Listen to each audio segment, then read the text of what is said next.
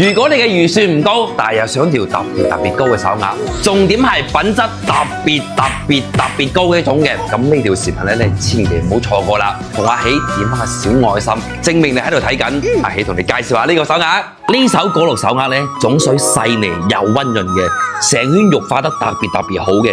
我咁樣喺手上轉翻一圈咧，膠質感都係喺度流動緊嘅，而且顏色均勻到好似青蘋果咁樣嘅，係咪好有想咬一啖嘅衝動呢？未加工就已經咁有仙氣㗎啦！但係好似呢啲咁嘅手鐲咧，好多靚仔街坊可能睇唔明，阿喜而家攞一條去加工一下，你哋就知道有幾咁靚㗎啦！打磨拋光之後，成隻手鐲綠意化開，膠感十足。佢唔似帝王綠嗰種厚重感，亦都唔會好似情緒嗰種清冷感，而係恰到好似嘅活潑同埋溫柔，有種又有色，關鍵係價格都非常之親民㗎。但係呢批手鐲咧就係得個11條㗎咋。如果話你都中意嘅話，評論區留低你個圈口或者溝通個1，阿喜同你哋安排。